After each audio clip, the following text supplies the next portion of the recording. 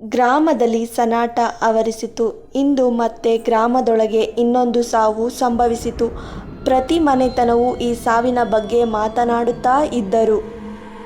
ಎಲ್ಲ ಗ್ರಾಮಸ್ಥರಿಗೂ ಗೊತ್ತೇ ಇತ್ತು, ನಮ್ಮ ಗ್ರಾಮದ ಪಕ್ಕದಲ್ಲಿರುವ ಆ ಕಾಡಿಗೆ ಹೋಗುವವನು ಮತ್ತೆ ಹಿಂದಿರುಗಿ ಬರುವುದಿಲ್ಲ. ಹಾಗಿದ್ದರೂ ಕೆಲವರು ಹೋಗುತ್ತಿದ್ದರು. ಹಾಗಾದರೆ ಯಾಕೆ ಹೋಗಬೇಕು ಅಲ್ಲಿ? ನಾನು ಎಷ್ಟೋ ಸಲ ಹೇಳಿದೆ ಆ ಕಾಡಿನ ದಾರಿಯಿಂದ ಹೋಗಬೇಡ ಎಂದು. ಆದರೆ ನನ್ನ ಗಂಡ ಮದ್ಯದ ನಶೆಯಲ್ಲಿ ನಾನು ನೋಡ್ತೀನಿ ಆ ಕಾಡಿನೊಳಗೆ ಏನೋ ಇದೆ ಅಂತ ಹೋದ. ನಾನು ಮನಾ ಮಾಡ್ತಾ ಇದ್ದೆ, ಆದರೆ ಅವನು ನನ್ನ ಮಾತೇ ಕೇಳಿಲ್ಲ. ಅವನು ಅತ್ತೆ, ನಾನು ಎಷ್ಟು ಸಲ ಮನೋಜ್ಗೆ ಹೇಳಿದೆ ಇಷ್ಟು ಮದ್ಯ ಕುಡಿಯೋದು ಒಳ್ಳೆಯದಲ್ಲ ಅಂತ, ಆದರೆ ಅವನು ಕೇಳಲೇ ಇಲ್ಲ. ಮದ್ಯದ ನಶೆಯಲ್ಲೇ ಹೋಗಿ ಆ ಕಾಡಿಗೆ ಕಾಲಿಟ್ಟ. ಹೌದು, ನಶೆಯ ನಿಲುವಿನಲ್ಲಿ ಅವನು ತನ್ನ ಪ್ರಾಣವನ್ನೇ ಕಳೆದುಕೊಂಡ. ಗಾಢವಾದ ಕಾಡಿತ್ತು ಅದು. ಆ ಕಾಡಿನೊಳಗೆ ಹೋಗುವ ಮನುಷ್ಯನೊಬ್ಬನು ಯಾವತ್ತೂ ಹಿಂತಿರುಗಿ ಬಂದಿರಲಿಲ್ಲ. ಈ ವಿಷಯವನ್ನು ಗ್ರಾಮದ ಪ್ರತಿಯೊಬ್ಬರೂ ಚೆನ್ನಾಗಿ ತಿಳಿದುಕೊಂಡಿದ್ದರು. ಆದರೂ ತಿಳಿಯದಂತೆ ಅಜ್ಞಾನದಲ್ಲಿ ಆ ಕಾಡಿನೊಳಗೆ ಕಾಲಿಟ್ಟವನು ಮತ್ತೆ ಬದುಕಿದ್ದೇ ಇಲ್ಲ. ಅವನ ಜೀವ ಅಲ್ಲಿ ಕೊನೆಗೊಂಡು ದೇವರ ಪಾಲಾಗುತ್ತಿದ್ದ. ಗ್ರಾಮದಲ್ಲಿ ಪ್ರತಿ ತಿಂಗಳು 4-5 ಸಾವುಗಳು ಸಂಭವಿಸುತ್ತಿದ್ದವು. ಜನರು ಬೆಚ್ಚಿಬಿದ್ದರು. ಅಯ್ಯೋ ಗಿರೀಶ್, ಹೇಗಿದ್ದೀಯಾ? ಇಂದು ತುಂಬ ಕುಗ್ಗಿದ ಹಾಗೇ ಕಾಣ್ತೀಯಲ್ಲ. ಅವನೇ ನನ್ನ ಜಿಗಿ ಸ್ನೇಹಿತ. ಅವನ ಹೋಗಿಬಿಟ್ಟ ನಂತರ ನಾನು ಸಂಪೂರ್ಣವಾಗಿ ದುಃಖದಲ್ಲಿ ಮುಳುಗಿದ್ದೇನೆ. ಏನೇ ಹೇಳಲಿ ಶಿವರಾಜಣ್ಣ, ನಾನು ಇನ್ನು ಬದುಕೋದೇ ಕಷ್ಟವಾಗುತ್ತಿದೆ. ಮನಸ್ಸು ಗಟ್ಟಿಗೊಳಿಸು. ನಾವು ಅವನನ್ನು ಹಿಂದಿರುಗಿಸಲು ಆಗುವುದಿಲ್ಲ. ಆದರೆ ಏನು ಈ ಸಾವಿನ ಹಿಂದಿದೆ ಅನ್ನೋದನ್ನು ತಿಳ್ಕೋಬೇಕು. ಇಲ್ಲದಿದ್ದರೆ ಇಡೀ ಗ್ರಾಮವೇ ಅಪಾಯದಲ್ಲಿ ಸಿಲುಕುತ್ತದೆ. ಗಿರೀಶ್ ಕಣ್ಣೀರು ತುಂಬಿಕೊಂಡು ಧ್ವನಿ ನಡುಗುತ್ತಾ, ಏನೇ ಹೇಳಲಿ ಶಿವರಾಜಣ್ಣ, ನಾನು ಅವನಿಗೆ ಆ ಕಾಡಿಗೆ ಹೋಗಬೇಡ ಎಂದು ಎಷ್ಟೋ ಸಲ ಮನವಿ ಮಾಡಿಕೊಂಡಿದ್ದೆ. ಅವನು ನನ್ನ ಮಾತೇ ಕೇಳಲಿಲ್ಲ. ಬಲವಂತವಾಗಿ ನನ್ನನ್ನು ಆ ಕಾಡಿನೊಳಗೆ ಎಳೆದುಕೊಂಡು ಹೋಗಲು ಯತ್ನಿಸಿದ. ಗಿರೀಶ್ ತಲೆ ತಗ್ಗಿಸಿ ನಿಟ್ಟುರಿಸು ಬಿಡುತ್ತಾ, ಆದರೆ ನಾನು ಅವನಿಗೆ ಸ್ಪಷ್ಟವಾಗಿ ಹೇಳಿಬಿಟ್ಟೆ, ಆ ಕಾಡಿಗೆ ನಾನು ಹೆಜ್ಜೆಯೂ ಬಿಡುವುದಿಲ್ಲ ಎಂದು. ಅಷ್ಟರಲ್ಲಿ ಅವನು ಒಬ್ಬನೇ ಕಾಡಿನೊಳಗೆ ನುಗ್ಗಿಬಿಟ್ಟ. ಹಿನ್ನೆಲೆಯಲ್ಲಿ ಗಾಳಿ, ದೂರದಲ್ಲಿ ನಾಯಿಯ ಅಳುವ ಶಬ್ದ, ಗೋಪಾಲನ ಧ್ವನಿ ನಿಶ್ಶಬ್ದವಾಗುತ್ತಾ ಅಲ್ಲಿಂದ ಅವನು ಹಿಂದಿರುಗಲೇ ಇಲ್ಲ. ಶಿವರಾಜು ಗೋಪಾಲನತ್ತ ನೋಡುವಾಗ, ಅವನನ್ನು ನೀನು ತಡೆದು ನಿಲ್ಲಿಸಿದ್ದರೆ ಇವತ್ತು ಅವನು ನಿನ್ನ ಜೊತೆ ಬದುಕಿದ್ದನು ಗಿರೀಶ. ಆದರೆ ಏನು ಮಾಡೋದು, ಹೋದವನು ಹಿಂತಿರುಗುವುದೇ ಇಲ್ಲ.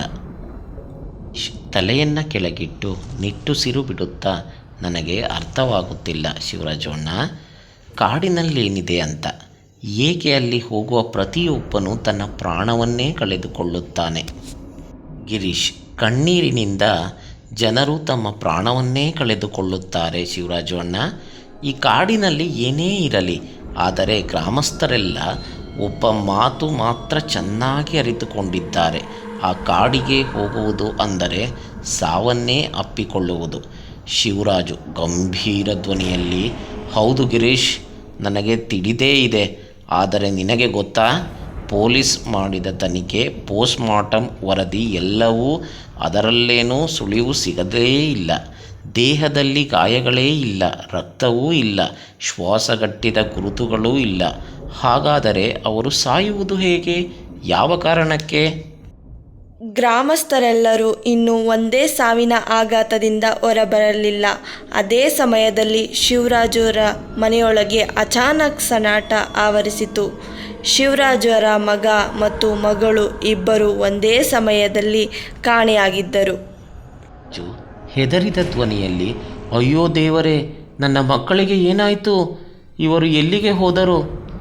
ಶಿವರಾಜು ಹೃದಯ ಚೂರು ಮೂರು ಆಗಿ ಕಿರುಚುತ್ತಾ, ಅಯ್ಯೋ ದೇವರೇ, ನನ್ನ ಇಬ್ಬರು ಮಕ್ಕಳು ನನ್ನ ಕಣ್ಣೆದುರೇ ದೇವರ ಪಾಲಾಗಿ ಬಿಟ್ಟರು.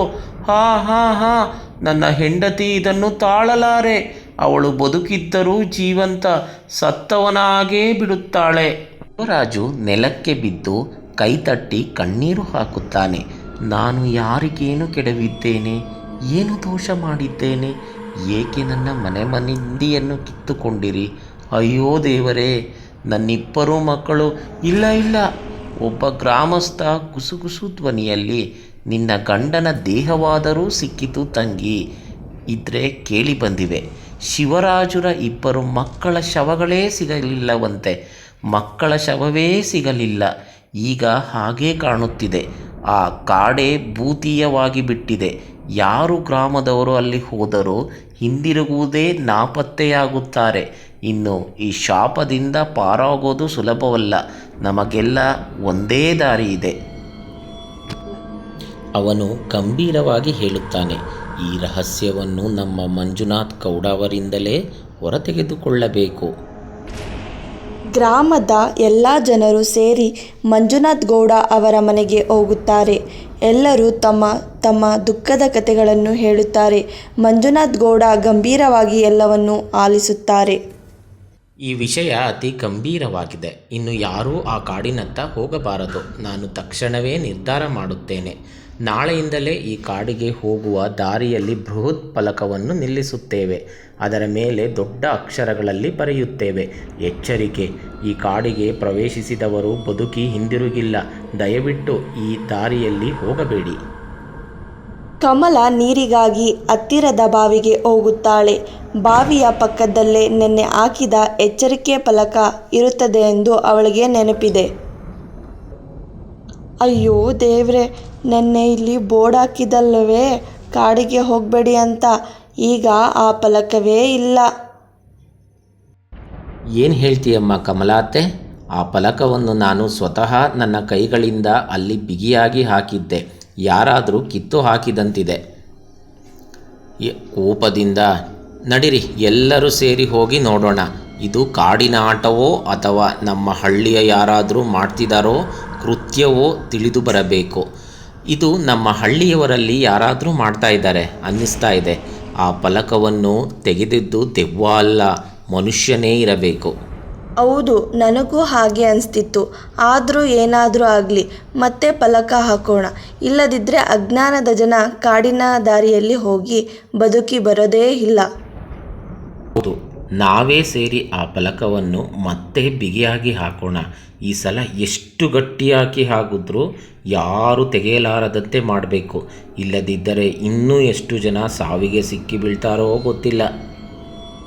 ಗಿರೀಶ್, ಶಿವರಾಜು ಮತ್ತು ಹಳ್ಳಿಯ ಇತರ ಜನರು ಸೇರಿಕೊಂಡು ಮತ್ತೆ ಕಾಡಿನ ದಾರಿಯಲ್ಲಿ ಇಲ್ಲಿ ಹೋಗುವುದು ನಿಷಿದ್ಧ ಎಂಬ ಬೋರ್ಡ್ ಅಳವಡಿಸುತ್ತಾರೆ. ಹೀಗೆ ಹಲವಾರು ದಿನಗಳು ಕಳೆಯುತ್ತವೆ. ಹಳ್ಳಿಯವರು ಯಾವಾಗಲೂ ಕಾಡಿಗೆ ಹೋಗುವ ದಾರಿಯಲ್ಲಿ ಬೋರ್ಡ್ ಹಾಕಿರುತ್ತಾರೆ. ಆದರೆ ಆಶ್ಚರ್ಯ ಸಂಗತಿ ಏನೆಂದರೆ, ಪ್ರತಿ ಬಾರಿ ಆ ಬೋರ್ಡ್ ಅವರು ಅಳವಡಿಸಿದ ಮರುದಿನವೇ ಅಲ್ಲಿಂದ ಮಾಯವಾಗುತ್ತದೆ. ಮರೆತು ಹೋದ ಮಾಯಾಪುರ ಹಳ್ಳಿಗೆ ಒಂದು ದಿನ ನಗರದಿಂದ ಬಂದ ಪ್ರವಾಸಿಗನೊಬ್ಬ ಕಾಲಿಟ್ಟ. ವಾವ್, ಏನು ಸುಂದರ ಹಳ್ಳಿ ಇದು! ಇಲ್ಲಿ ಇರುವ ವಾತಾವರಣ ತುಂಬ ಶಾಂತವಾಗಿದೆ.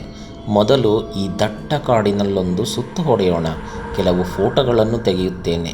ನಂತರ ಹಳ್ಳಿಯ ಜನರನ್ನು ಭೇಟಿ ಮಾಡ್ತೀನಿ. ಆ ದಿನ ಆ ನಗರದಿಂದ ಬಂದ ಪ್ರವಾಸಿಗನು ಕಾಡಿನ ದಾರಿಯಲ್ಲಿ ಮುಂದೆ ಮುಂದೆ ನಡೆದುಕೊಂಡು ಹೋಗುತ್ತಾನೆ. ತನ್ನ ಕ್ಯಾಮೆರಾದಲ್ಲಿ ಕಾಡಿನ ಸೌಂದರ್ಯವನ್ನು ಸೆರೆ ಹಿಡಿಯುತ್ತಾನೆ. ಹಠಾತ್ ಅವನ ಮೂಗಿಗೆ ಒಂದು ವಿಶೇಷವಾದ ವಾಸನೆ ತಟ್ಟುತ್ತದೆ. ಅಯ್ಯೋ, ಈ ವಾಸನೆ ತುಂಬ ಪರಿಚಿತವಾಗಿದೆ. ಇದು ನನ್ನ ಫೇವ್ರೆಟ್ ಚಿಕನ್ ಲೆಗ್ ಪೀಸ್ನ ವಾಸನೆ ಅಲ್ವೇ? ಅವನ ಕಣ್ಣುಗಳು ಬೆಚ್ಚಿ ಬೀಳುತ್ತದೆ. ಆದರೆ ಇಲ್ಲಿ ಸುತ್ತಲೂ ನೋಡಿದರೆ ಕೇವಲ ದಟ್ಟವಾದ ಕಾಡು ಮಾತ್ರ ಇದೆ. ಊರೇ ದೂರದಲ್ಲಿದೆ. ಹಾಗಿದ್ರೆ ಈ ವಾಸನೆ ಎಲ್ಲಿಂದ ಬರುತ್ತಿದೆ? ಕಾಡಿನ ಮಧ್ಯದಲ್ಲಿ ಆಕಸ್ಮಿಕವಾಗಿ ಒಂದು ಜೋಪಡಿ ಕಾಣಿಸುತ್ತದೆ. ಆ ಜೋಪಡಿಯ ಹೊರಗೆ ಒಂದು ಹೆಂಗಸು ಬೆಂಕಿಯ ಮೇಲೆ ಏನೋ ಬೇಯಿಸುತ್ತಿರುವವಳು. ಓ ವಾವ್, ಅದ್ಭುತ! ಇಲ್ಲಿ ಮಧ್ಯಕಾಡಿನಲ್ಲಿ ಚಿಕನ್ ಲೆಗ್ ಪೀಸ್ ಬೇಯಿಸುತ್ತಿದ್ದಾಳೆ. ನನಗೆ ತಾನೇ ಸಿಕ್ಕ ಹಸಿವಿಗೆ ಇದೇ ಪರಿಹಾರ. ಸೋಮ ಚಿಕನ್ ಲೆಗ್ ಪೀಸ್ ತಿನ್ನುತ್ತಾ ಖುಷಿಯಾಗಿ ಅದನ್ನು ಹೊಗಳಲು ಶುರು ಮಾಡುತ್ತಾನೆ. ಅಯ್ಯೋ ವಾಹ್, ಇದ್ರೆ ಚಿಕನ್ ಲೆಗ್ ಪೀಸ್ ತುಂಬ ಟೇಸ್ಟಿ ಇದೆ. ಇದಕ್ಕೆ ಯಾರೂ ಸಾಟಿಯೇ ಇಲ್ಲ. ನೀವು ತುಂಬ ಚೆನ್ನಾಗಿ ಮಾಡಿದ್ದೀರಿ. ನನಗೆ ಇಲ್ಲಿ ಕರೆದಿದ್ದಕ್ಕೆ ಧನ್ಯವಾದಗಳು. ಆದರೆ ಅಚಾನಕ್ ಸೋಮನ ಮುಖ ಬಣ್ಣ ಬದಲಾಗೋ ಹಾಗೆ ಅವನ ಮುಂದೆ ಕೂತಿದ್ದ ಆ ಮಹಿಳೆ ಹಠಾತ್ ಮಂಜಿನ ಹಾಗೆ ಮಾಯವಾಗಿ ಬಿಡುತ್ತಾಳೆ. ಏ ಅಕ್ಕ, ನೀವು ಎಲ್ಲಿ ಹೋದ್ರಿ? ಭಯದಿಂದ ಸೋಮ ಕೈಯಿಂದ ಚಿಕನ್ ಲೆಗ್ ಪೀಸ್ ಕೆಳಗೆ ಬಿದ್ದು ಹೋಗುತ್ತದೆ. ಆತ ಅಲೆಮಾರಿಯಾಗೆ ಎಡಬಲ ನೋಡುತ್ತಾನೆ, ಆದರೆ ಅವನಿಗೆ ಆ ಮಹಿಳೆ ಎಲ್ಲೂ ಕಾಣಿಸ್ತಿಲ್ಲ. ಅಚಾನಕ್ ಆ ಮಹಿಳೆ ಕಣ್ಮರೆಯಾಗುತ್ತಿದ್ದಂತೆಯೇ ಸೋಮ ಬೆಚ್ಚು ಬೀಳುತ್ತಾನೆ. ಏನಿದು? ಆಕಸ್ಮಿಕವಾಗಿ ಆಕೆ ಎಲ್ಲಿ ಹೋದಳು? ಯಾರಾದರೂ ಇದ್ದೀರಾ ಇಲ್ಲಿ? ಅವನ ಮಾತು ಮುಗಿಯುವಷ್ಟರಲ್ಲಿ ಸೋಮ ನಿಧಾನವಾಗಿ ಹಿಂದ್ಗಡೆಯಿಂದ ತಿರುಗುತ್ತಾನೆ. ಒಂದು ದೊಡ್ಡ ಮರಕ್ಕೆ ತಲೆ ಕೆಳಗಾಗಿ ನೇತಾಡುತ್ತಿದ್ದ ಭಯಾನಕ ದೆವ್ವ. ಅವಳ ಉದ್ದ ಕೂದಲು ಗಾಳಿಯಲ್ಲಿ ಅಲುಗಾಡುತ್ತಿತ್ತು, ಕಣ್ಣುಗಳು ಕೆಂಪು ಬೆಂಕಿಯಂತೆ ಹೊಳೆಯುತ್ತಿತ್ತು. ನೀನು ನನ್ನ ಬಲೆಗೆ ಸಿಕ್ಕೇ ಬಿಟ್ಟೆ ಸೋಮ. ಇಲ್ಲಿಂದ ತಪ್ಪಿಸಿಕೊಂಡು ಹೋಗೋದು ಅಸಾಧ್ಯ. ನೀನು ಈಗಾಗಲೇ ನನ್ನ ಬಲೆಗೆ ಸಿಕ್ಕಿಬಿದ್ದಿದ್ಯಾ. ಈಗೋ ನಿನ್ನ ಆತ್ಮ ನನಗೆ ಬೇಕು. ಒಮ್ಮೆ ಇಲ್ಲಿ ಬಂದವನು ಮತ್ತೆ ಹಿಂದಿರುಗುವುದಿಲ್ಲ. ಅದು ನಮ್ಮ ಸಂಪ್ರದಾಯ, ನಮ್ಮ ಶಾಪ. ಆ ಪರಂಪರೆ ನಾನು ಮುರಿಯುವುದಿಲ್ಲ. ಅವನ ಮುಖದಲ್ಲಿ ಭಯಾನಕ ನಗು ಜಮಿಕೊಂಡಿತ್ತು, ಕಣ್ಣುಗಳು ಬಾಗಿಲು ತೆರೆದು ನಿಂತಿದ್ದವು. ಊರಿನ ಜನರು ಆ ಶವವನ್ನು ಕಂಡ ತಕ್ಷಣ ಬೆಚ್ಚಿ ಬಿದ್ದರು. ಅಯ್ಯೋ ದೇವರೇ, ಇನ್ನೊಬ್ಬನು ಕಾಡಿಗೆ ಹೋಗಿ ಸತ್ತು ಬಿಟ್ಟಿದ್ದಾನೆ. ಆದರೆ ಇದರಲ್ಲಿ ಹೊಸದೇನೂ ಇರಲಿಲ್ಲ. ಯಾಕೆಂದರೆ ಗ್ರಾಮದವರೇ ಒಂದಾದ ಮೇಲೊಂದು ಕಾಣೆಯಾಗುತ್ತಿದ್ದರು. ಒಬ್ಬೊಬ್ಬರು ಹೋದರೆ ಹೋಗಿದವರ ಜೀವ ಹೋದ ಹಾಗೆಯೇ. ಆ ದುಃಖದಲ್ಲಿ ಕುಳಿತುಕೊಂಡಿದ್ದವನ ಕಣ್ಣಲ್ಲಿ ನೀರು ತುಂಬಿತ್ತು. ಯಾವ ಯೋಚನೆ ಮಾಡಿಕೊಂಡು ನೀವು ಆ ಕಾಡಿಗೆ ಹೋದ್ರಿ? ಆ ಕಾಡು ನಿಮ್ಮನ್ನೇ ತನ್ನೊಳಗೆ ಸೆಳೆದಿತೇ? ಅಥವಾ ನಿಮ್ಮ ಆತ್ಮವೇ ದಾರಿ ತಪ್ಪಿ ಹೊರಟಿತೆ? ನನಗೆ ಗೊತ್ತಿಲ್ಲ. ನೀವು ಎಲ್ಲಿದ್ದೀರಿ? ಈಗ ನನ್ನ ನಂಬಿಕೆಯೇ ಕರಗಿ ಹೋಗ್ತಾ ಬಂದಿದೆ. ಗ್ರಾಮದ ಇತರ ಜನರಂತೆ ನೀವು ಇಬ್ಬರೂ ಸಹ ಕಾಣೆಯಾಗಿ ಬಿಟ್ಟಿರ. ಶಿವರಾಜು ಮಕ್ಕಳ ಕಾಣೆಯಾಗಿದ್ದು ಹಲವಾರು ತಿಂಗಳು ಕಳೆದಿದ್ದವು. ಆ ದುಃಖವನ್ನು ಹೊತ್ತಿದ್ದ ಅವನು ಒಂದು ರಾತ್ರಿ ಹನುಮಾನ್ ಚಾಲೀಸನ್ನು ಪಠಿಸುತ್ತಾ ಕತ್ತಲೆಯ ಕಾಡಿಗೆ ಕಾಲಿಟ್ಟ. ಅಲ್ಲೇ ಅವನ ಕಣ್ಣಿಗೆ ಒಂದು ವಿಚಿತ್ರ ದೃಶ್ಯ ಬಿತ್ತು. ಕಾಡಿನ ಮಧ್ಯೆ ಒಂದು ಶೆಡ್ನ ಮುಂದೆ ಚಿಕನ್ ಲೆಗ್ ಪೀಸ್ ಅಂಗಡಿ ತೆರೆದಿತ್ತು. ಅಂಗಡಿಯ ಮುಂದೆ ಒಬ್ಬ ಅಪರಿಚಿತನು ಬಂದು ಚಿಕನ್ ಲೆಗ್ ಪೀಸ್ ಖರೀದಿಸಿದ. ಆತನು ತಿಂದ ತಕ್ಷಣ ಅಕಸ್ಮಾತ್ತಾಗಿ ಅವನ ಎದುರು ಒಂದು ಭಯಾನಕ ದೆವ್ವ ಕಾಣಿಸಿಕೊಂಡಳು. ಅವಳು ನೇರವಾಗಿ ಅವನ ಕಣ್ಣಿಗೆ ಕಣ್ಣು ಹಾಕಿ ಅವನ ಜೀವವನ್ನೇ ಕುಡಿಯುವಂತೆ ಒಂದು ಕ್ಷಣದಲ್ಲಿ ಸಾಯಿಸಿದಳು.